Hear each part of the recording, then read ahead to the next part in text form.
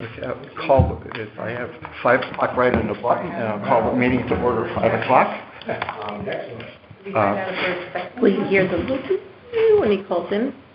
Would someone make a motion to approve the minutes for the December meeting? And a second? Oh yeah, you can. Believe it or not, whether or not you even attend the meeting, you can make a motion, and you can vote. I will second first. Motion. I will, I guess we're all set. We don't need to really seat any alternates unless Russell doesn't show up. I'll give him a few more minutes and see what happens.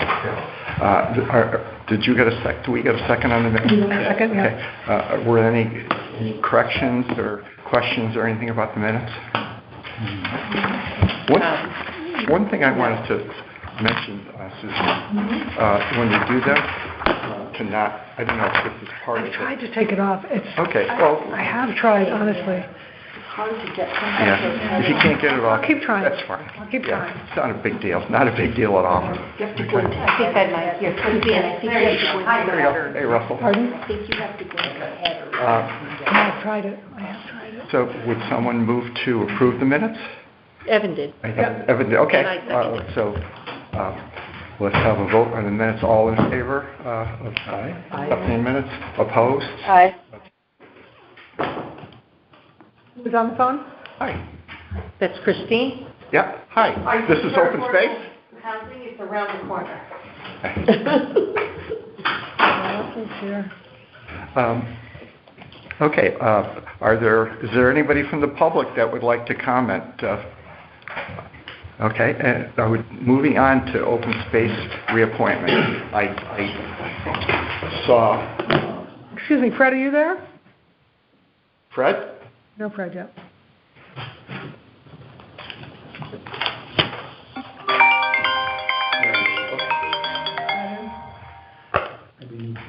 Hello? Hi, Elton. Can I call you back? Okay. Thank you. Bye. Hi, are you not able to get on? What happened with Amy? I said, Elton, I said between 5 and 7. Okay. Huh. And that's the 605 number? 1605. Oh.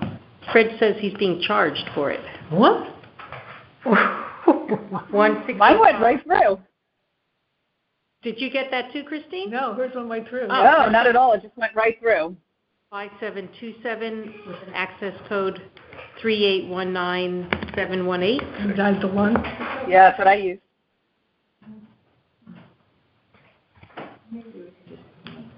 He can call my cell if he wants. Yeah, no, I wouldn't do that. I could put you on speaker. Not at all. All right, Fred, you're on speaker. Hi, Fred. Fred, you there? I'm here, yes. Great. Okay. So reappointments: Andrea, Joan, Russell, and Evan. I believe you all have submitted your reapplication. I submitted. Oh, okay, Maria. I forgot who the four were. Okay. And then I came in and I filled everything out and stuff. And I didn't know when. I thought it was after you put your application in that you could go into the town clerk's office. And I went in and they said, oh no, you have to wait till 27th or something. Okay. Well, I don't think the board has actually met to make appointments yet. And I believe they'll do it for all the various commissions and boards and so forth. And I recommended that all of you that applied be reappointed. In addition, there's an unfamiliar face at this table, and that's Bill Rule. Bill, I talked to Ann this afternoon, and Ann said, what was that picture that you shared with everybody? And so I shared a picture of a work party that Bill organized back in 2019, shortly after the town acquired the McCulloch open space, where he had a hiking group that helped take down a lot of the horse fence there. And I think you had about 25 people. Yeah, that's been pretty, we've done a lot of, I should say Bill Rule, been in town, I think 40 years next year. Don't get too involved in much. I do run one of the larger hiking clubs in the state. We do hikes all over the world in Connecticut, not so much the local, we need longer hikes than what you guys have, but typically like last weekend we were looking at eagles at Shephog in South Barry, and then they did a 10-mile hike out there at the Audubon thing. We've done trail work for the CFPA. I've been a volunteer at the CFPA for a dozen years. They do about 300 hikes a year. And, so I think that's maybe why Greg asked me to be involved. We're now affiliated with the Sierra Club as of September. We have about 4,000 members, not from them, but they like the fact that we brought them a lot of people, and that's about it. Well, Bill had written to Peter Norris and to me about would there be a way to connect McCulloch to Ames, that was maybe a couple months ago, and now that we're perhaps going to be looking at a bridge again, I contacted Bill and said, so would you like to participate in that project? And he said he'd be interested. I said, well, you can do it from the commission. And he expressed an interest in that too, so that's terrific. And he's applied, and I recommend it to the first select person that he be appointed. So let's hope that he'll be a member as of our next meeting. Nice, welcome. Bill, how do you spell your last name? RUEL. R-U-E-L, thank you. And the other thing that is coming up is we are due to meet with the Board of Selectmen actually Monday. To the best of my knowledge, we are to talk about our budget. And I've asked Ann to sit in with me on that. I think it's going to probably be a remote meeting where through a number of different, the Board of Selectmen will go through a number of different agency budgets and talk to them about their asks. Ours is pretty straightforward with a couple of exceptions. One of the exceptions, if you could pass these around, I think I've got some budget documents in there for everybody. One of the exceptions is I understand that there's going to try to be an effort to avoid a lot of carryover funds, but we do have one carryover in capital accounts of all things, which is basically taking care of the Phragmites on Ferry Landing. We had $11,000 coming into this year. We spent $6,200 for Pond and Lake for food treatments, and that included also the Pond and Lake. In kind of recognition of the fact that the project's been pretty successful, has suggested that we not do a fall mowing. Is that correct, Ann? Correct. And so we want maybe one more treatment next spring, which would basically fit into the money that was appropriated for that project, and then kind of see where we are going forward. So we'll ask to carry over those funds. Will there be a earlier one? There'll be no spring mowing, and there'll be a fall application of the and then they'll see, evaluate essentially, if by the time they're, I don't know, the idea is that there's just not going to be a need for a full mowing with the marsh master, but there could be, piecework done by hand, essentially. I see. Okay.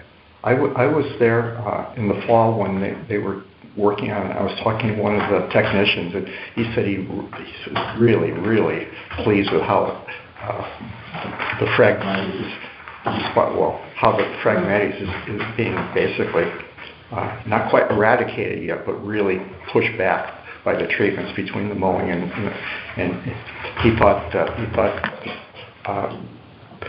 the project was really going well.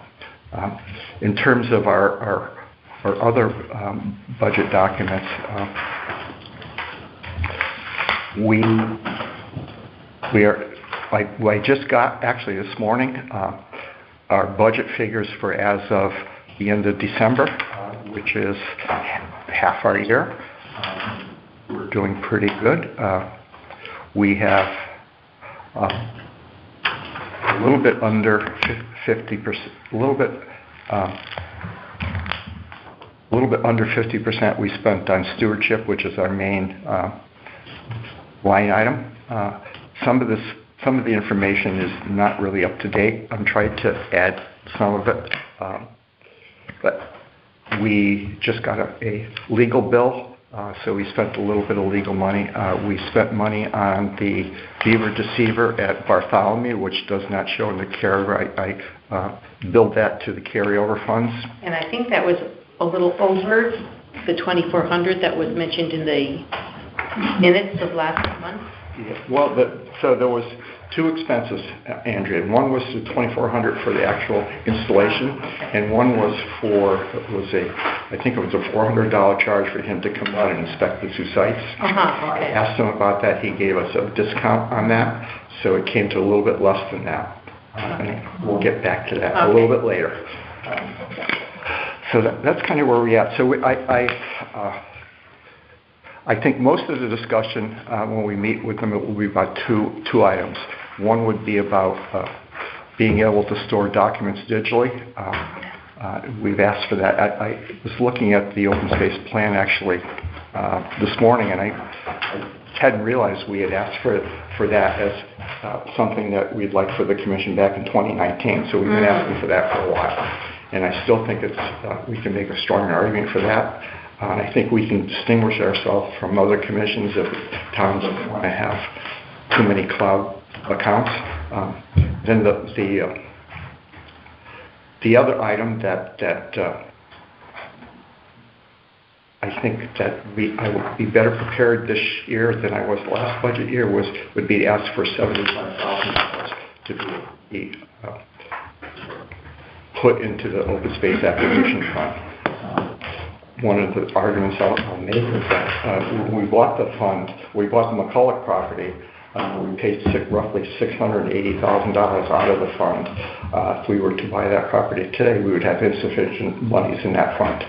And I've been told that the Board of Finance and the Board of Selectmen will support future acquisitions, but it makes it a little bit more complicated to do a real estate deal if you don't really know how much money you're working with. And you have to go back and forth. And if there's some dispute over what some people think the land is worth, we would certainly try to get appraisals before we do something, but it just makes it a little bit more cumbersome. So I don't think that we're looking for an open-end fund. We're looking for basically monies that could allow us to take a look at some of the properties that I think are really advantageous to open space that may or may not be available in the future, and that allow us to get to the point where we can go after some of the larger properties with deep help, asks for 35% minimum municipal contribution if you use their open space acquisition grant. If we look at properties that are adjacent to McCulloch and Lay Allen, or property that's available to Champlain South, we would not have, and were to buy those at the asking price, which I think may be a little bit high. I think everyone would agree with that. We wouldn't have the 35% to do that. So there's some good arguments to make for that as well. Greg, just a quick comment. I've been doing some homework for one of my other commissions, the Planning Commission, because the Hall Road thing is coming up actually tomorrow night. And so I've been reading the Plan of Conservation and Development, POCD, and there's a comment in there. I don't know how true it is. Heaven might know, but they said the Planning Commission in 1997 got that account started.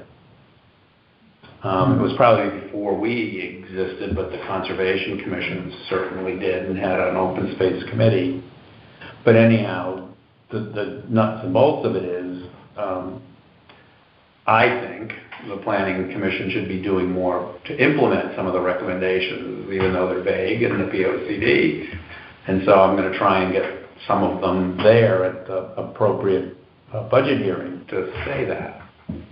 I don't know if I'll be able to accomplish that, but I think the Planning Commission may have had some approval, but I think the actual idea of getting a fund started, which unlike a lot of other towns like that bond for open space, we have no bonding capacity in Oldham. So they came up with this idea, and I think it was Diana Atwood Johnson.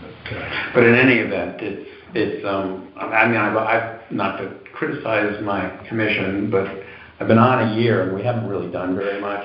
We certainly have done nothing to advance any of the POCD goals from 2020. And so this would be one of the ways to advance those goals. So it looks like we're doing something. I don't know if I'll be successful. It's been a little bit of a winding road in town. As I recall doing a little research when we did the open space plan, planning was initially involved and inland wetlands was, and then it was thought that both agencies may have a little bit of a conflict with looking for open space and regulating properties and so forth. And it was moved to conservation, and then from conservation, Diana Atwood Johnson sought to make this a separate commission. So that's where we are. It's sort of strange that planning of any sort seems to be sort of anathema to this. That's the question I asked at the last meeting. This town. It wasn't well received. I mean, at one point, I think we hired a planner. I remember the town hiring a planner, and he lasted about 6 months. Yeah, well, I don't know what's done before, but we don't meet very long. 2 of the meetings I went to, it took me longer to drive there and back home. Meeting was shorter than the trip, and I'm only a mile and a half away. And we do administrative stuff and oppose what the zoning commission proposes. So I got a number of different things in my email box today, and one of them was the budget report. The other was from Amy Patterson saying that the state is looking for comments on their C&D, which I guess must be their conservation development plan at the state level. So I'm curious to look at that. I had a conversation with Ann about what the state's goals for land conservation might be in the future. And it's my understanding in talking to Allison Clarkson, Amy Patterson from CLCC. Allison is the DEEP Open Space Grant Coordinator. That DEEP really doesn't know how much land is conserved now after several rounds of granting between private organizations, the state itself, the federal government, and municipalities. So they're going to hire someone to basically try to come up with as accurate a figure as possible this year, and then use that to develop a new goal. But that may not even be ready for the next grant round, which will be in the fall. So, does CLCC know how much the land trusts have? Do they keep track? That's an excellent question. I'm not sure, Evan. Yeah, I'm not sure. Well, though it's interesting, I had asked. It's interesting how this is a nebulous figure. I asked Wendy Hill, who was the open space coordinator for Lyme, I said, I understand that your town has roughly 50% of its land conserved. She says, well, that's what I've heard, but I can't give you an exact figure. Yeah, I had heard 51%, but that was off the top of someone's head, I think. I mean, but if it's true, that's remarkable. And my guess is that Lyme has conserved between the state, the town, the Nature Conservancy, and the Land Trust, that they've preserved a significant part of the town, which was the Harvard professor E.O. Wilson said that 50% of the Earth's surface should be in preservation. I asked Amy Patterson, what do the other towns do? And she said it's all over the place, but the towns that have active open space programs are, many of them set a goal of around 30%, which I think is probably a fair and reasonable amount of land.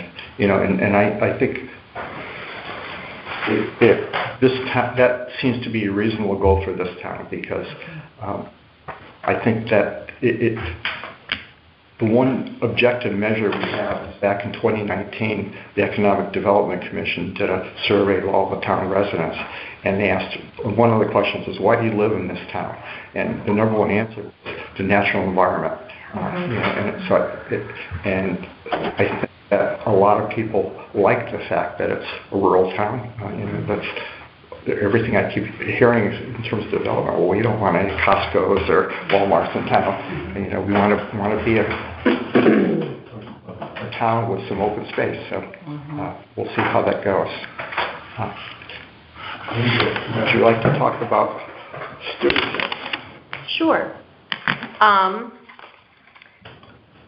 Peter and Isaac have been busy this last month. A number of fallen trees. Ferry Landings Row, a tree fell near the initial sign. Isaac cleared it. Champlain South has some big trees that Isaac can't get to with just a hatchet, so that's going to be revisited. Peter dragged a down tree off the trail, 2 down trees on Ames, and he had to reroute some to go around because it was just so big. And at this juncture, they're switching their properties between them. I won't iterate what those are, but I have that. Maybe I'll just tell Suzanne. Well, I could tell Suzanne later to have it. Basically, they divided the properties basically in 2, and so Isaac's going to walk what Peter walked, and vice versa. Yes. So they'll each have a different perspective. Exactly. If the 2 trees that Peter could not remove because they were too big, is that something we want to have Wilcox look at? It was Isaac, and I think from the picture, I think Peter might be able to go back and address it with the chainsaw. Okay.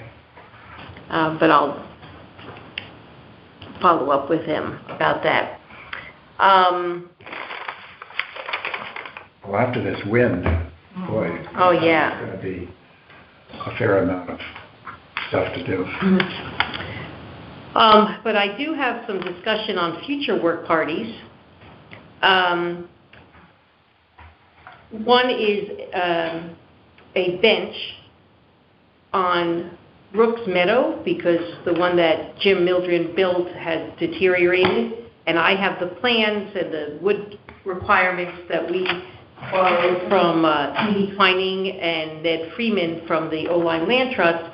And on the 20th, Peter and I are going to go pick up the wood, and for just 2 benches, one being on the Brooks, and the other is, I suggested on the end of, it's on McCulloch off of Flat Rock, and you take it to the end of the Red Trail. If you go left, you're going to Lays. If you go right, you're still on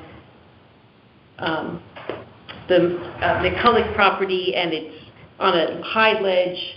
It's a clearing, so we thought that might be a nice place to do it.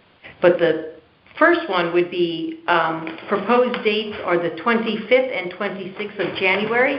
The Environmental Club suggested that date, and Peter can pre-cut it with his chop saw, and because it's close, we could do one of 2 things. We could construct it potentially at the high school inside if they let us. I mean, basically it's just hammering and nails, and walk it in because it's not too far, or cart it in. Alternatively, we could hammer it right there and then. It's 1 bench. There'll be, 4 to 6 kids and 3 or so of us. It's not complicated, but it's just a little cumbersome. Ted Freeman offered to help as well, so he might just come to the work party. What you might want to do, Andrea, is Wayne Abrahamson didn't really want to work as a steward any longer. It's too many other things going, but he does have equipment. He does have the ability, I think, to probably move a bench from the Trina Gap parking area to Rooks Meadow. So I think it's not that far. Yeah. Still, it's a lot easier to put it in a bucket and a tractor than to have carry it by hand. But I don't know. You got you. I did think of that. Yeah. Number of young workers.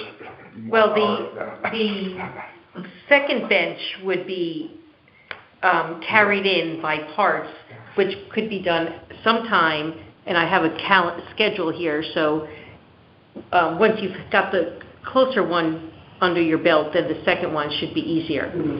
But pencil in January 25th, which is a Saturday, or Sunday the 26th, day and time to be determined, but it's that weekend. In February, we could reroute the McCulloch Trail, the red trail that Evan and I had walked, even though affordable housing is still going to go ahead with another surveyor.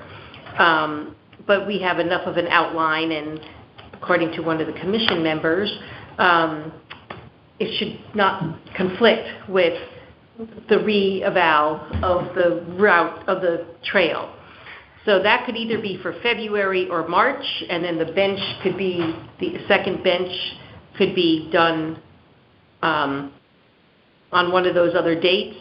And then April 5th, Chris Vargos is going to give an invasive species identification and work party talk at Champlain South. That's the one off of I'm in, right?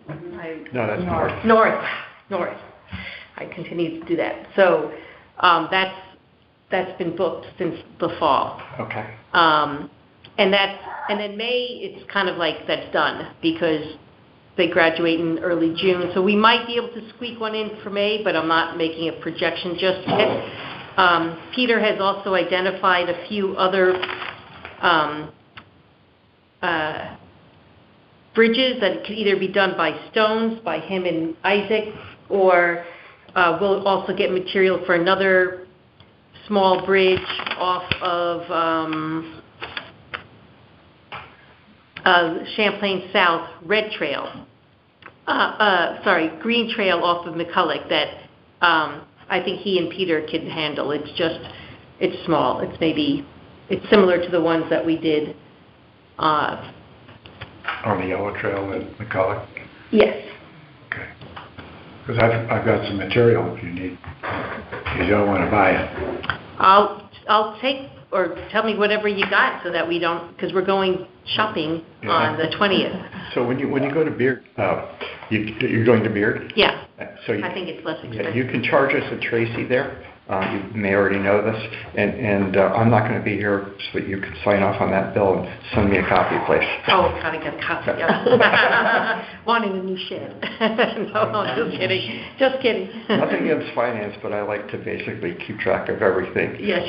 That's being billed because not for our regular budget. We had one expense missed on a Rockfall grant that was charged to our town budget rather than grant allocation. And the material you have, are those the fence railings from the... Yeah, and you might want to swing by and see if you think they'd be appropriate, but obviously they're just fence railings, so they're not 2 inches thick and sturdy, but and I've also got the posts, which could be the underlayment, the risers. Yeah. Okay. Good. While we were talking, I just had another thought too. Does anybody recall the name of the gentleman, Mr. Is it Tevis that bought the? Yeah. So I have not talked to him since we were discussing a possible lease that would allow him to access their trails with horses. but Wayne Avery Hansen's told me on multiple occasions that he really wants to be a good neighbor to open space. He has equipment, and he would help us if we needed equipment, so that would be another option too, for maybe for the one that's farther away from a parking area, Andrea. Okay. I would imagine that he has a tractor if he's got, a horse farm. Yeah. Mm-hmm. I think that he's probably got a variety of equipment. He's maintaining the fields and stuff. Okay, good. And maybe I could segue to Bartholomew Bridge? No. Not yet. Okay. I was just going to say, I have 4 by 4 posts, pressure treated for signs. I have a 4x4 pressure treated 8-footer too, Andrea. Post. Yeah. These are all the commissions, so if someone wants to store them, I can bring them over, or, I don't mind keeping them either, but just so that you remember that I've got 4 of them. Okay. Good to know. So while we're still talking about stewardship, one of the pages I passed out All right. Gary Gregory sent me a copy, but I also saw something that Christina White sent out for Lime Land Trust, was basically saying with the winds, if people notice a tree down or something like that, let us know. At present, I'm kind of embarrassed to say that we still have Wayne and Jim Mildrum up as stewards on our open space homepage. But we have Peter as a contact for anybody that spots an issue on open space. Do we want to keep Peter at that, or should we have people contacting you? Should we have people contacting the open space email address? I don't know that we need an answer tonight, but something we might want to look into. It would be easy enough to do a little report form like that to make it simpler for people too. Yeah, it's a little catchy. I saw this too, and I think sent it on to you and Peter. He said, well, there's something, but... I don't know that Peter gets a lot of requests, but I know he does definitely get some, because he forwards them on to me as well. And sometimes Edie will send me an email that came to her, though it's open space property, and then I forward it to... Karen, you have folks that steward each of your properties, but do you hear from the public saying, hey, there's a tree down here or there? Every now and then I'll get an email on from our website, contact site information, and I'll forward them on to Edie. Do they write to you? The Old Lime Land Trust website. Okay. They'll do a site there. You don't have any type of formal thing where just people look for your contacting, right? Yeah, just from the website, just...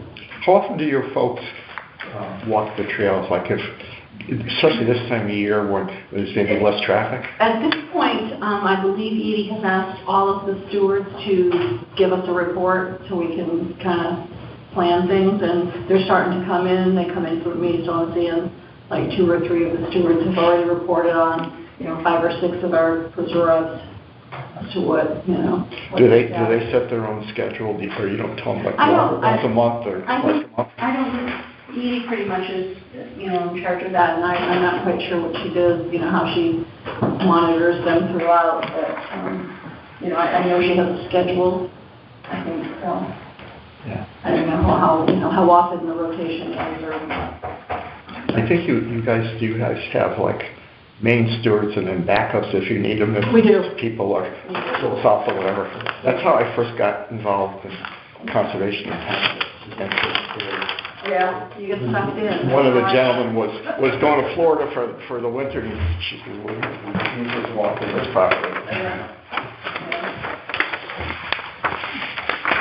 Do you have any more, Andrea? Just Bartholomew update. Okay. Well, we can jump ahead in that. You want to go ahead? Well, okay. I see. I'm going over goals and projects. Shall I? Yeah. Okay.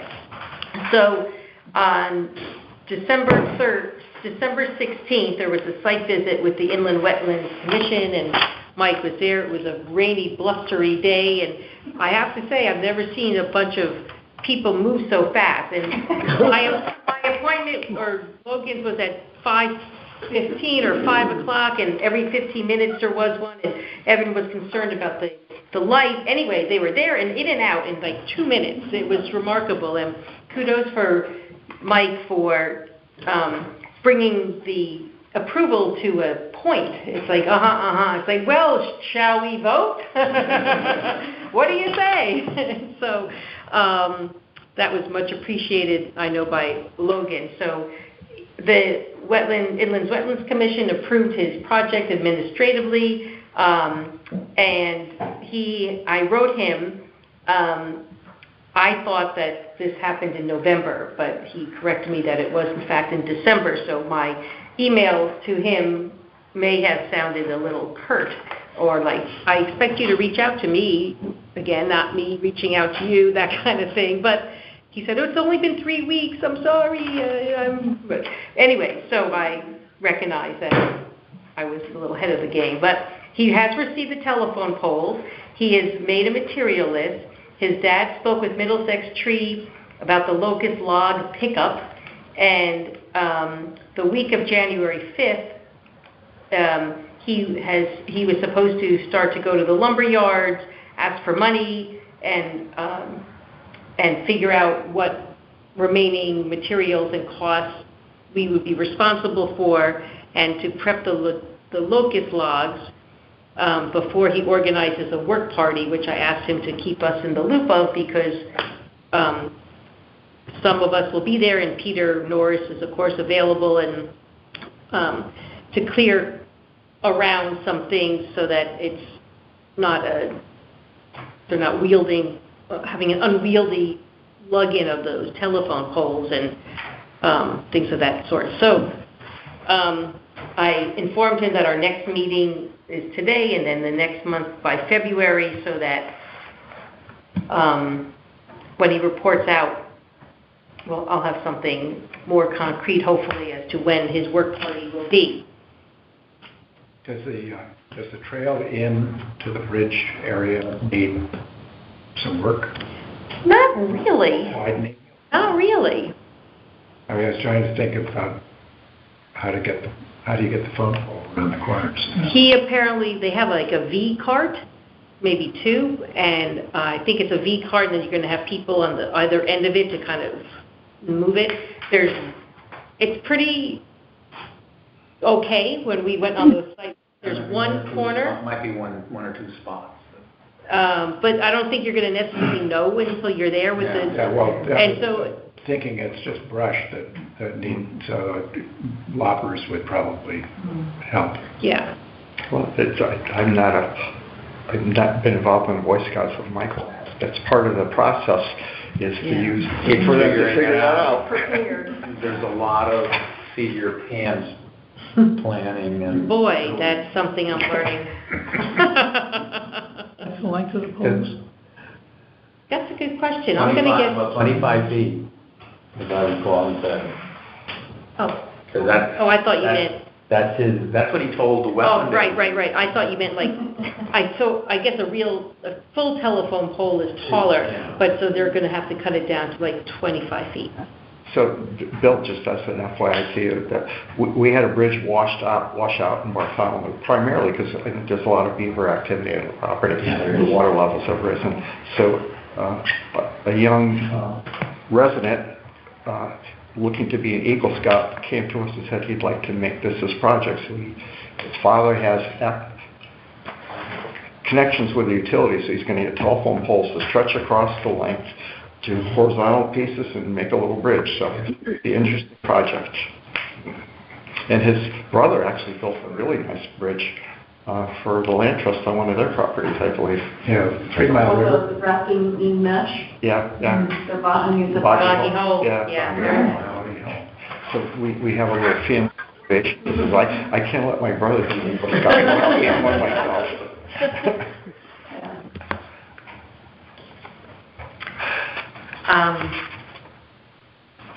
Yes, that's it. Okay, great. I'm sorry, I have one more. Because of the upcoming event schedule, magazine schedule that you put out in the notes, I just want to kind of give a heads up to hiker happy hours so that we know by March,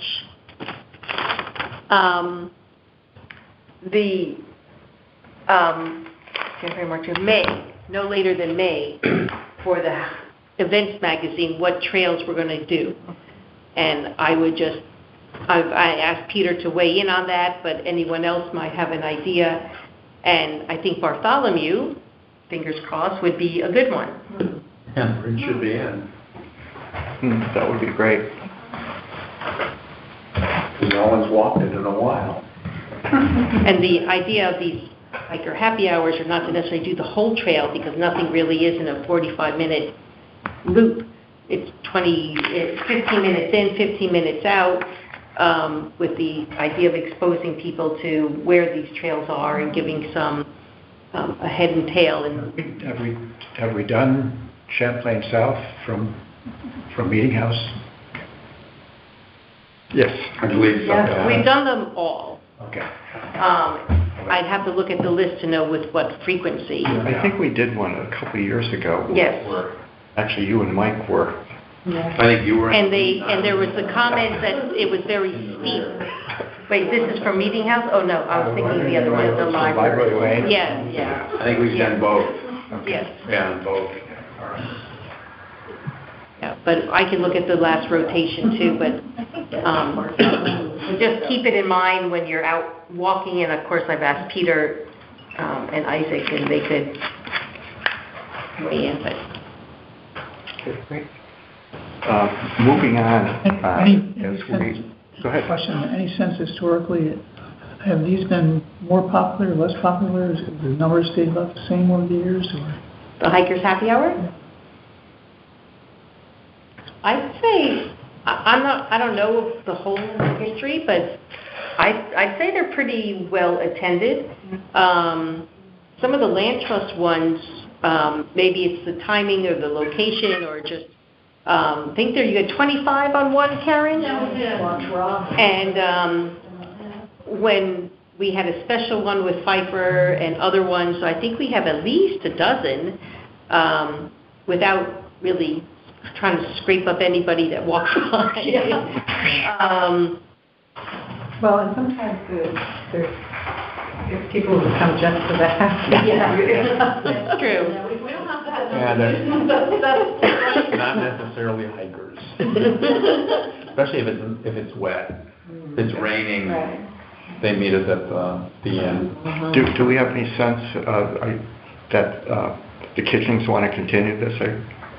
We haven't had that conversation, but I think they feel proprietary towards it, at least on our last iteration of trying to expand it. And there's a special relationship that the Kitchings have with the Old Lyme Land Trust, so I don't think I think that if we're going to do this together, that the Land Trust would prefer to do it all with Chris, if I'm saying that properly.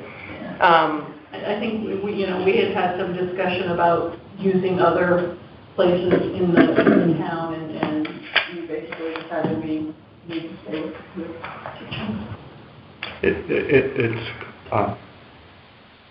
It's good to maintain that relationship, and we can maybe, when we talk about doing it again, just kind of say a little reminder that they somewhat committed to keeping the yellow trail in great shape from their parking lot to where it joins the Atwood Johnson Trail. The last time we walked it, I think you and I were on it, right? Yeah. It was pretty good. Is it good? Didn't you say? Not the whole thing, because we veered off to look at the possible rerouting part of the Red Trail, because of the current Red Trail is on the proposed affordable housing lots. No, this is a Champagne. No, Champagne. So this is from the back of the Old Lyme Inn to the Barbizon Oaks. Oh. Just that little stretch. I think that's a little bit of remnants maybe of the foundation of a barn or Yes, something. right. Yeah, that was in pretty good condition. I've been on it within the last couple of months. Yeah, and It it's could be a wide. little wet at times in the spring, but it's fine. I thought Ken had somebody mowing it. That was my understanding, so that's why maybe we want to basically check to make sure that's still on the radar. Yeah. It's kind of like we'll bring some people to you, but you can kind of working with us. Yeah, good point. That would be something. We've certainly done that property, but that would be a possible And starting point right from their parking lot out into that property and back right to the parking lot. I was wondering if the town doesn't let volunteers run chainsaws on town property, does that apply also to weed whackers and brush cutters and that sort of thing? Anybody know? We have. We kind of decided that weed whackers were fair game. Yeah. And we Have you used them? At the Very spring, good. yeah, spring we went for some. Yeah, Right. we provided one to Isaac. I know with the CFPA that you have to be certified and for a chainsaw, but I know I've used take my brush cutter and weed cutter, Yeah, I've well, actually done I it. was just looking at an ad for a new blade that does, you could do around trees and not Damage the tree. screw up my bark. And sounds pretty good, so I thought I'd try it for the weed whacker. But yeah, I've taken a chainsaw course, but didn't seem to make any difference to the town of Old Lyme. Oh, really? I think the town attorney said, or the town insurance company said, no way. Well, one of the things we can do is I contacted, I forgot, what's the name of the course you took, Evan? Game of logging. Yeah, I contacted the guy that did that, who is not from this area. Yeah. And it seems like he maybe puts on one course in the southeast part of the state per year. Mhm. And I think last time he came down here at the request of the Lyme Land Trust. Oh. And I could see if he's going to be doing something down in this area. So Well, we could maybe have Isaac and Peter attend. Yeah, for some reason February sticks in my mind actually for when they had the last workshop. Yeah, I did 2 of them, and then there were supposed to be 3 or 4, and then COVID came, and that was the end of that for a while. Would you have time to look into that, or shall I? I can look into that. I think I can try to find the gentleman's contact. Land trust I don't know. Well, that's the land trust. I don't know about the open space in line, but everybody seems to be carrying chainsaws around. What's your? I don't, I'm sorry to put you on the spot. I Karen. don't know as the people that use the chainsaws have been to any course. I don't know. I see John photos had been. I saw older photos of Ann and her husband. Right. And He he's definitely, decked out from head to toe. Yeah. he definitely gone through the training. Yeah. Well, you guys can do what you guys are fine with, so. So, are you all set? Yes. So moving on, we are obviously in a new year, and even though it's cut in half by our fiscal year, I'd like to talk a little bit about some of the things that I hope we can get to this year. And we talked briefly a little bit already about, I don't know if I have the working gender.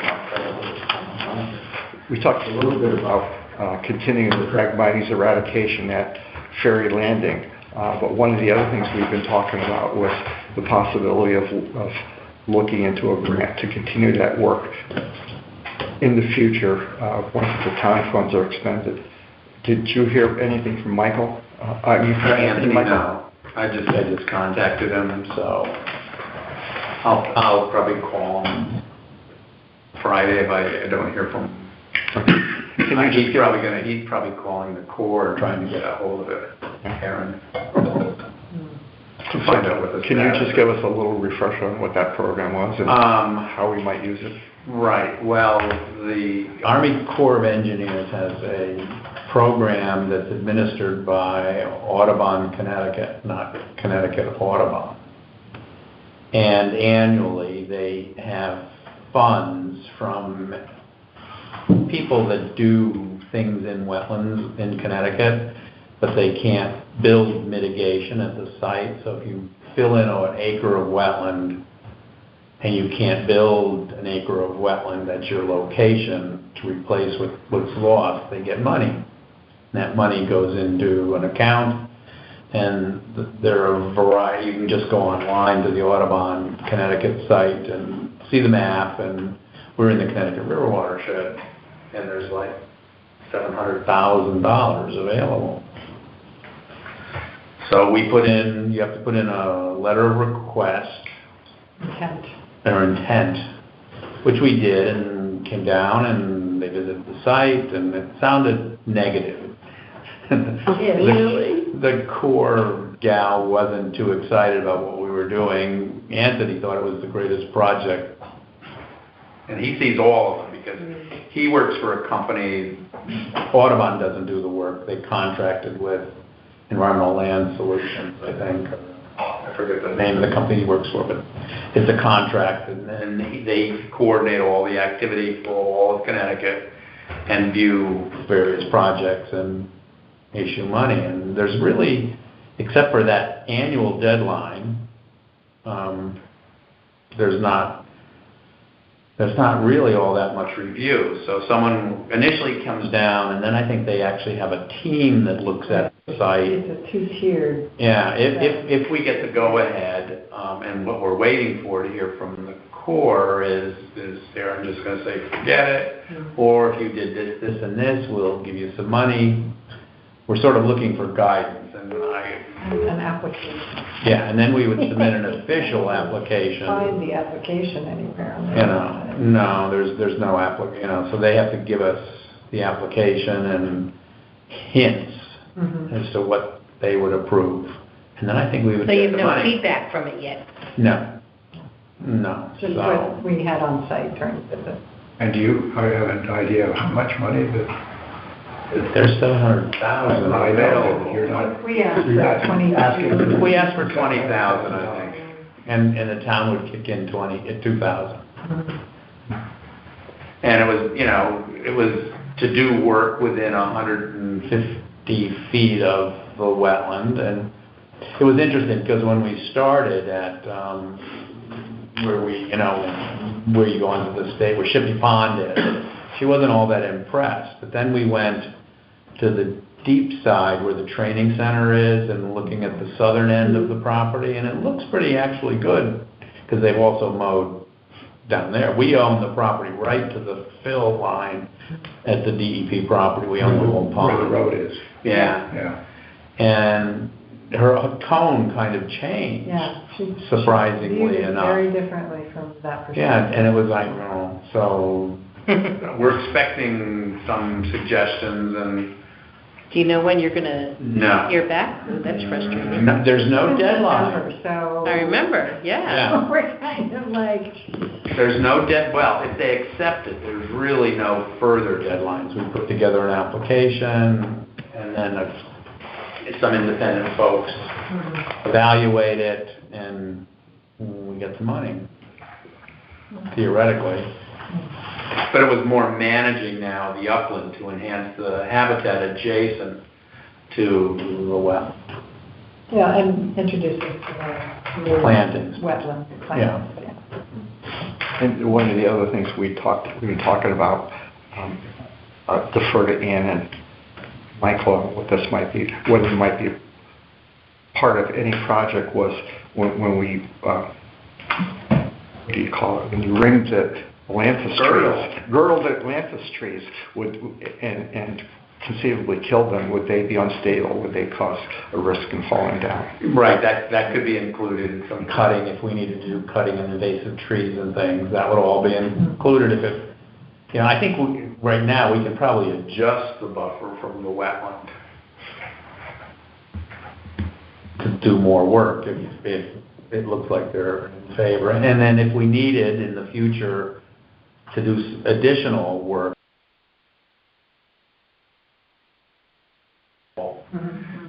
that could come from this, I think. Hello? Hello? Christine? Yeah? Still there? Okay, checking. Thank you. We just got a strange Oh, noise. sorry. I'm still here. Oh, no, I'm still here. I heard a weird noise too, but I'm here. Okay. So kind of in conjunction with that grant, and for something we wanted to do anyway, was if we were to get monies, we needed to perhaps, and I'll defer to Ann quickly, ensure that the property would be permanently preserved. And Ann has been looking into it and finally managed to talk to our new town attorney about conservation easements. Yeah, well, he wasn't able to tell me much, except that he knew what he would have to find out. So I told him we were looking to put a conservation easement on Mary Landing and Bartholomew. Yes. And I would advocate for that, and potentially for any of our other properties that don't already have some sort of in perpetuity protection placed on them. But he was saying he would have to look at whether there were any existing restrictions on those deeds as they stand currently, and he doubted there would be, but look at that first. Certainly, I don't anticipate that even if there are, I don't see that they would be, that they would in any way prevent putting a conservation easement on there. And then I said, well, we're really interested in the process. Like, did we, or Board of Selectmen approval? Do we have to go for the town? Is this something that has to have a townwide vote or anything? It is. We would be essentially, a conservation easement is giving away certain rights that belong to the property as part of this bundle of rights. And so we would also need to have a nonprofit of some sort to hold the easement, and that would be either land trust or organization like the Nature Conservancy. So to my knowledge, that it's interesting. It seems that both Champlain properties and McCulloch have easements on them, and Evan and I basically walked the property with the Nature Conservancy, who holds the easement on McCulloch. They may have some sort of easement. I know that the state was involved somehow in the town's acquisition of the two Champlain parcels, and consequently they're under an easement, but I've never heard about having to have any inspection on that or whatever. But that would be one thing. I think a goal is to make sure all our properties are permanently conserved, which is something that the state has really pushed for. And in that line, one of the things that we've been negligent on, I would really like to get to this year, is come up with a comprehensive open space property listed.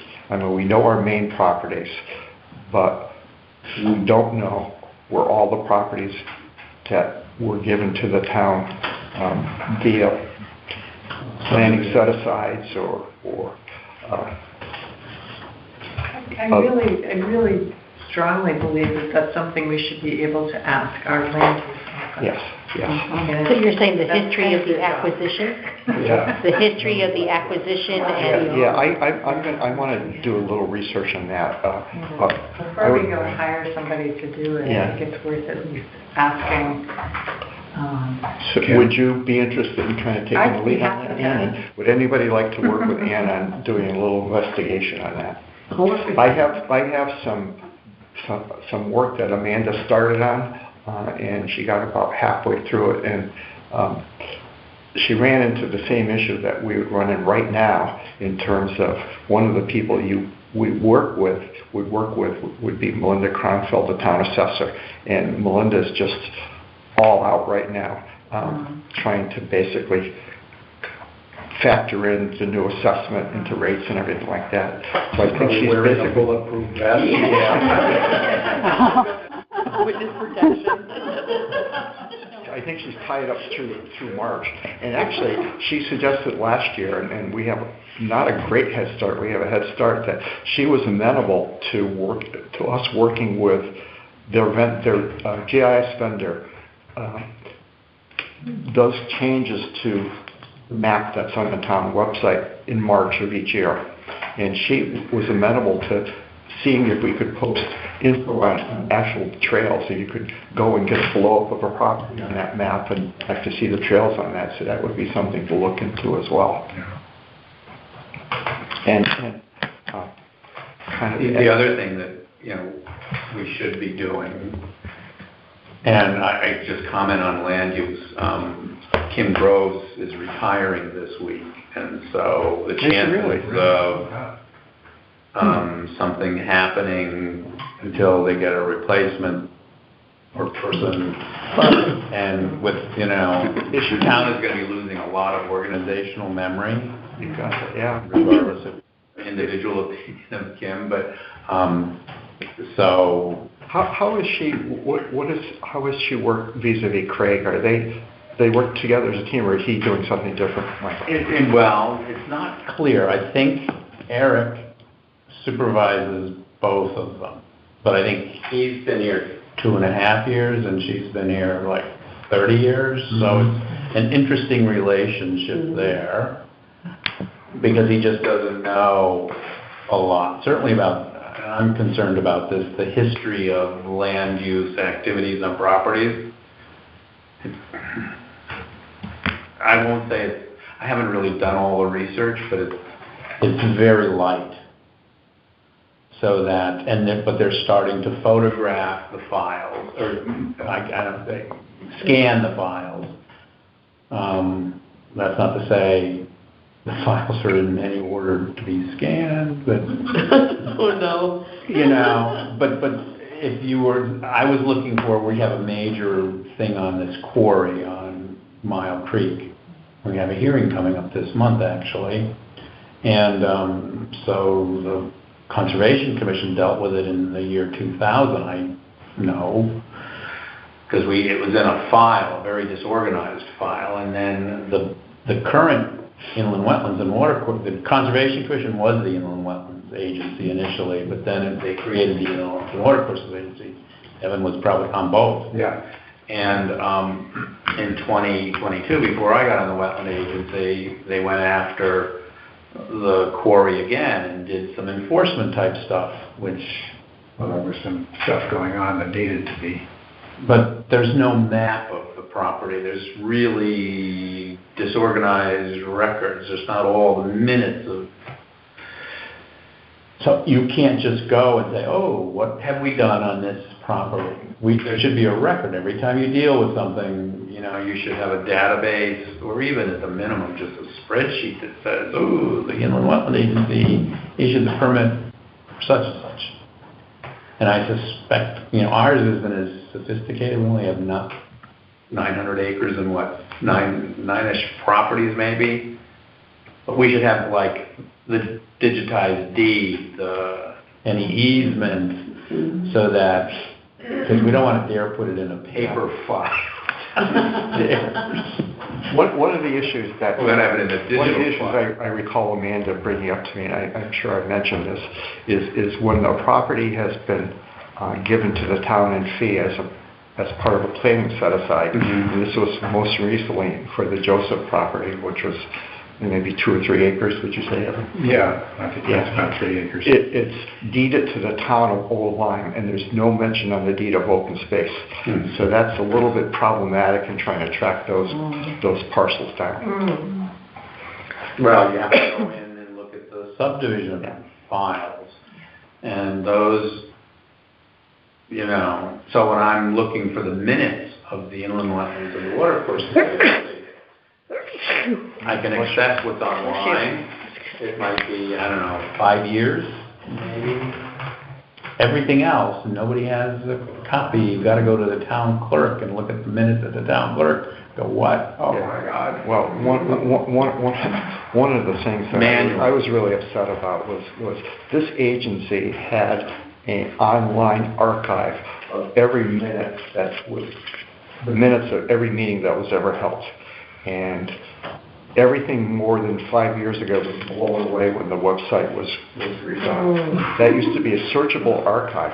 I mean, the town clerk still has the records, but now you got to go through and look at paper copies, which is just, it was not well done. Anybody back that up before they migrated the website? Yes. Okay, so go into the Wayback Machine or whatever, Yeah, you know, I mean. The agencies were not given a say in the development of the new website. So they came up with what they thought was an appropriate organization for each agency's website, which... But they backed up the old website before they blew it up, right? To the best of my knowledge, no, they did not. Or they made a conscious decision that we don't need the old stuff, quote unquote. But that's important for history, for older properties and stuff. Yeah. Well, you know, it was said, if anybody, we have the records, you know, the town clerk has the records, whatever. Yeah, but it's a lot of work. Yeah. And it's even more frustrating to me because one of the jobs that I did when I first came on the commission was the files and the old archived minutes were so messed up that they would have like 3 Julys on there for 1984. I went through and worked with the Bonnie's secretary. I'm drawing a blank on her name. And they gave me limited access to the website, and went through and spent dozens of hours cleaning up all those files that have been disappeared. Anyway, moving on.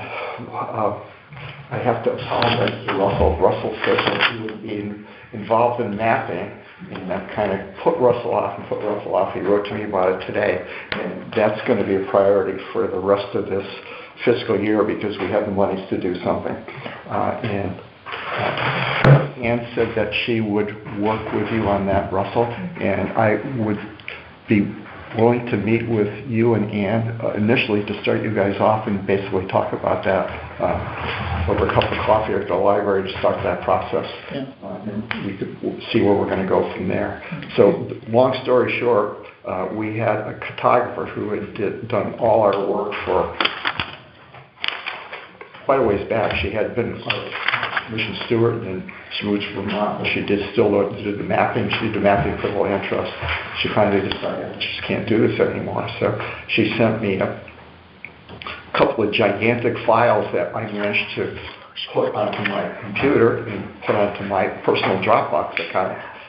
And that's one of the justifications I'm going to use to ask for a cloud account, because I had to do quite the workaround to get that file transferred. I had to go WeTransfer or some special thing. I think it was like a 120 gigabyte log of files that we transferred over. So I have 2 terabytes on Dropbox, so I have plenty of storage space, but actually getting the thing to move through the ether was a job.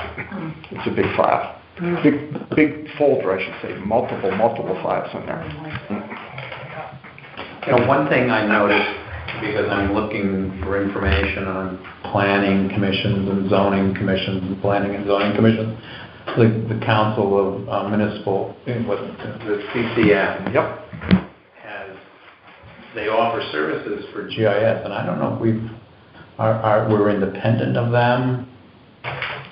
We've ever investigated. We are not independent of them. I will tell you that. We're members, I know. Martha referred me to them, and they have been doing our printing, and they do a great job at an unbelievably cheap price.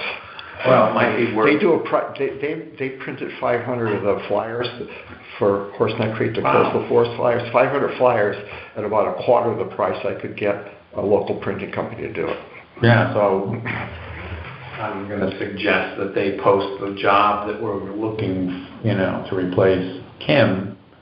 You should read the job description, and we only pay like $32 an hour max. Whoa. But they post jobs too, and it would be a good, I would assume Martha knows. But I saw they have GIS, and they got right back to me. I'm going to get the data on planning commissions for the whole state. Well, thank you for refreshing my memory, Michael. So the other thing, Russell and Ann, that we can talk about when we talked to Mr. Perry, I forget his name was, is that Nancy Merrick did a number of flyover sports for Ferry Landing and Bartholomew, and she did it with she did a number of flights, number of files that, again, I have in a pretty gigantic file, but to stitch them together, to put together an aerial map of both properties requires ArcGIS, which we don't have access to. It's a fairly extensive program. Costs, I would say, roughly $750 to $1,000, but beyond the cost of that, to get up to a speed that you can actually use it. Need a $75,000 a year technician. Yeah. So it would be nice to try to make use of that product that we already have done, and that would give us she was there here last winter, a year-old aerial view, but I think it's still a valuable view of what Bartholomew looks like and what the beavers are up to, and the parts of the property that are well off the trails and so forth. Which is kind of a transition into Bartholomew. So Andrew talked a little bit about Boy Scout Bridge. The other issue that was going on there was that the beavers completely blocked the culvert. I have to commend Ed Adonti and Public Works for working with us on that. They opened it up close to when we had Beaver Solutions come out. They put in a beaver deceiver. We paid for that. So now the question that we have now is they offer us a fail-safe guarantee, but that comes with our use of their maintenance contract. So the maintenance contract runs $410 per beaver deceiver. Now we have actually two. We have one at Bartholomew and we have one at Jimmy's Pond and McCulloch. They would give us a 10% discount if we were to do two. I would be probably not inclined to have a maintenance contract for McCulloch, but I think it might be worthwhile to have one at least for a year on Bartholomew, so we can see exactly what they do. And after, when they come out and do it, we can have our stewards be there and see what they do and tell us, yeah, we can do that, or that's something I don't want to do. And the other nice thing about that maintenance contract is a lot of what we pay is for their time and travel. So when they came down here to look at that and to give us a recommendation, and we also, Fred and I, Bjorn and I also went over to Ames, where beavers are working, and John Egan from Beaver Solutions looked at that.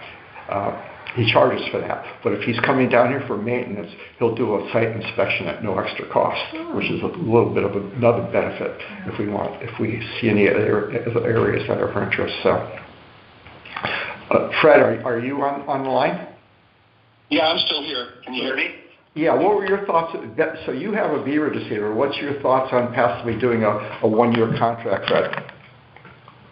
Well, first thing I wanted to mention is, I did look at the installation, and I'm a little concerned that the outlet pipe is a little bit higher than it should be. And I don't know if anybody else has taken a look at it, but... Let me address that, Fred, from the start. So Fred wrote me today, and I talked to John Egan. If you look at the beaver deceiver, kind of an anti-physics point of view, the outlet of the pipe is higher than the intake of the pipe. So you think, how would that work? So what John explained to me Fred, and he said to look at the fact sheet that he had with the device, the flow devices, is beavers sense sound. Beavers sense running water, okay? And he said if you have less than 2 to 3 feet of water at the intake pipe, you have what happens is you can often get a little whirlpool going. And if the beavers hear that whirlpool, they'll start to dam at that point, which is where we do not want them to dam. And he said if the water gets above that, it will flow.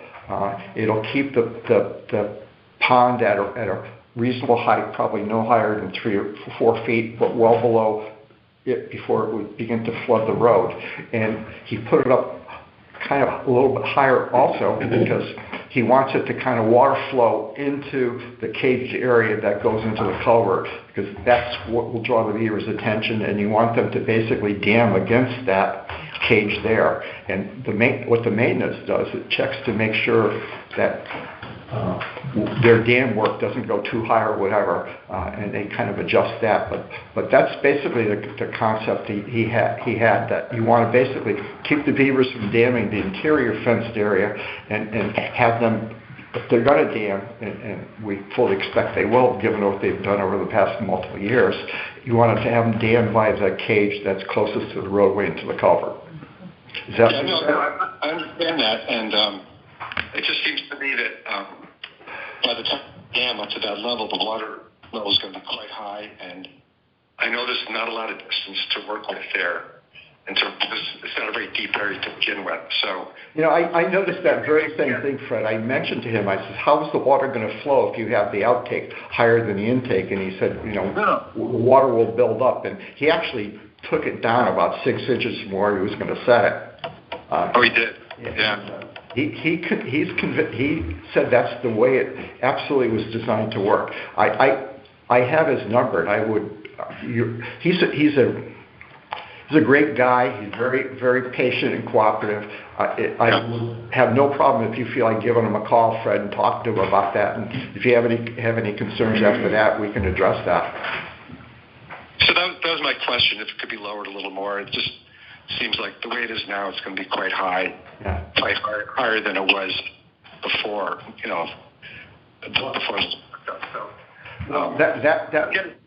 For my mind, that would be one reason to enter into a 1-year contract, because they would guarantee the water flow is not going to they guarantee the culvert's not going to be blocked, which is what the issue was before, and that the water level is not going to be to a height that it's going to cause any issues for the roadway or the property.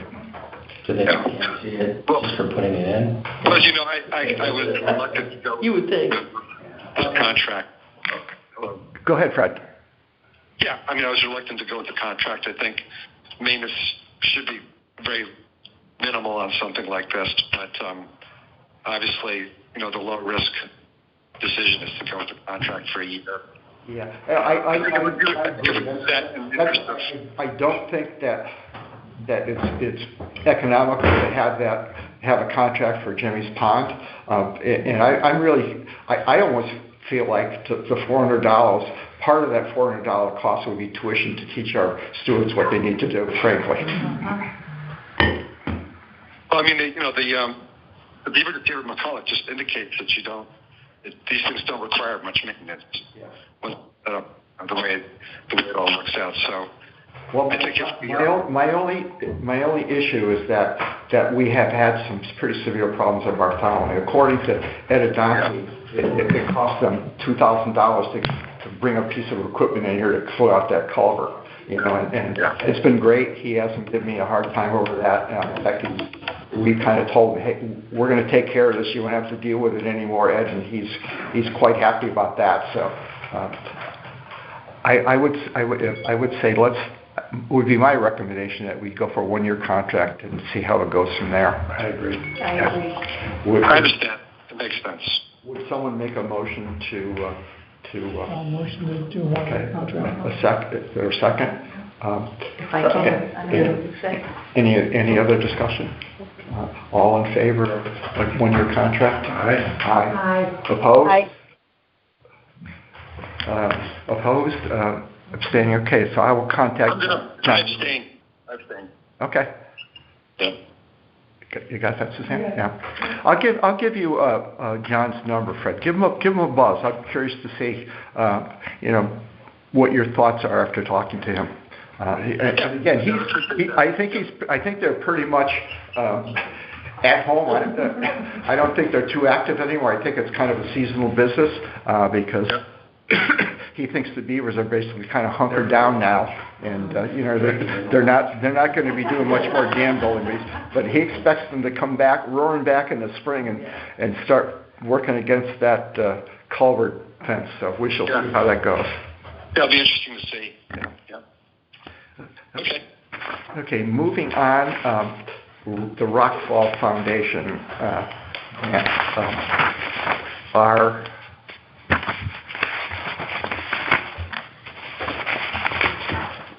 We did everything we said we were going to do. I sent a report into Rockfall Foundation. I got what a terrific job email back from Pete Weiss.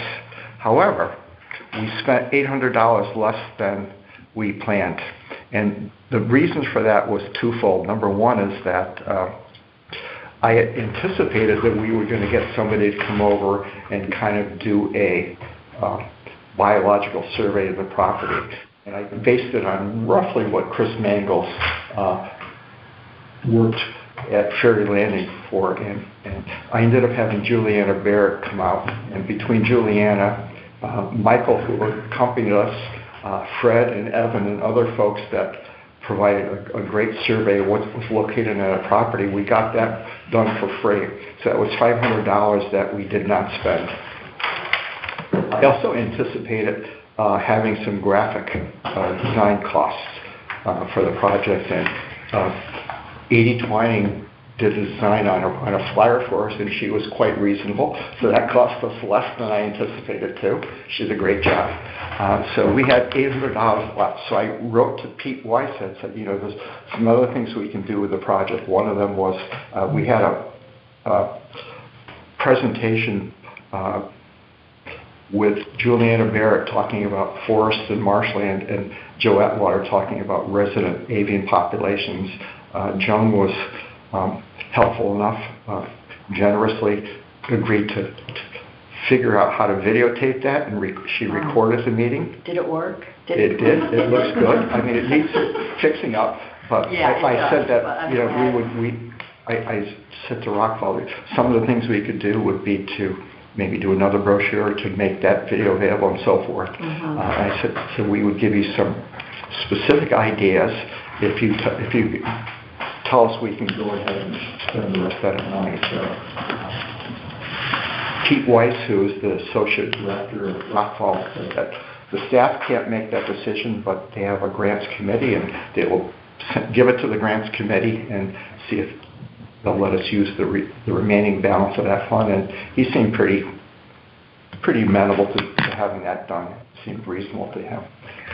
If they don't accept it, you have to send the money back? It's a good question. I would expect we may have to, but I hate to do that. I might use some of it to cut some of the phragmite to improve the view. You could do that, yeah, that's an idea. Maybe take out or have the steward do them. Or have somebody take out some of the Atlantis. Yeah, just managing some of the invasive plants. Is there much Atlantis at Ferry Landing? Not Ferry Landing, Horse Neck Creek? That's what. No. Yeah, there's some frag. There absolutely is some frag. Which that would be with a weed whacker. It'd be some time. I think need boots and. You could do that with a weed whacker. You could. I wonder if you could also get somebody like I don't know, Pond and Lakewood, their big marsh master in there. But who's the company that was Ferry Landing prior to that? Is I forget. It wasn't a company. It was an individual. Yeah. Maybe he might do it. He might, but it's the same type of machine. Okay. He will do it by hand as well, where he can't I recall use the machine.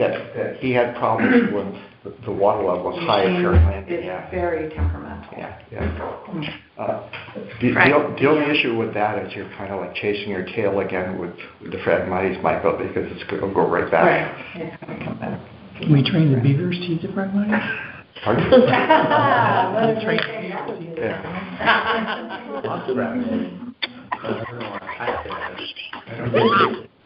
don't think the muskrats will go into the desert. Yeah, it's just so thick. But,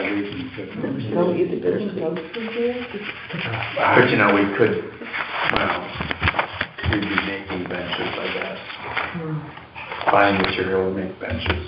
Well, one of the things, we said that we were going to put a bench there, and I think Michael Barnes came up with a bench from somewhere, but that's... But it's a better quality one would be. Yeah, it would be nice with a bench with a back, make it more manageable. So that would be something we could... At least buy the material for the benches and we could assemble it. My material, but when I sent the report and saw we had leftover funds available, I did a quick search for Ocean State job lot and places like that for teak or eucalyptus benches, whatever. You can actually buy a pretty nice bench now for $250 to $350. Yeah, so just price range. put it in. It's off season and they're on sale. So And as long as we affix it to the ground so it can't be picked up. that's exactly what I was going to say. It would make a nice little present in the back of Although somebody's the truck. Barnes bench has not disappeared or floated away. Has not. Yeah, but that easily could be picked up and chucked. We haven't had any significant vandalism. We've been lucky. The Rooks Meadow bench never got chucked in the pond. That's the one that actually it deteriorated. Yeah, I don't know. It's interesting. I'm not sure why that was the case because the other ones, the other benches seem to be holding up okay. Yeah, I mean, we have it's just the back. 3 other benches, two others on Ames and one at Champlain North. Yeah. Looked rotted to me, like it had kind of More rotted. than vandalism. I didn't get right up close, but from where I was, it looked like it had just fallen apart. Yeah. Well, moving on, as far as PR goes, I wanted to mention that the website needs work. And if anybody has the ability, the time to go through it and spot some things that need to be updated, let me know. I can kind of put together a list of pages we need to go over and change. I'd love to be a part of PR stuff. I think that's something I feel pretty strongly about. That would be terrific. That would be wonderful, Christine.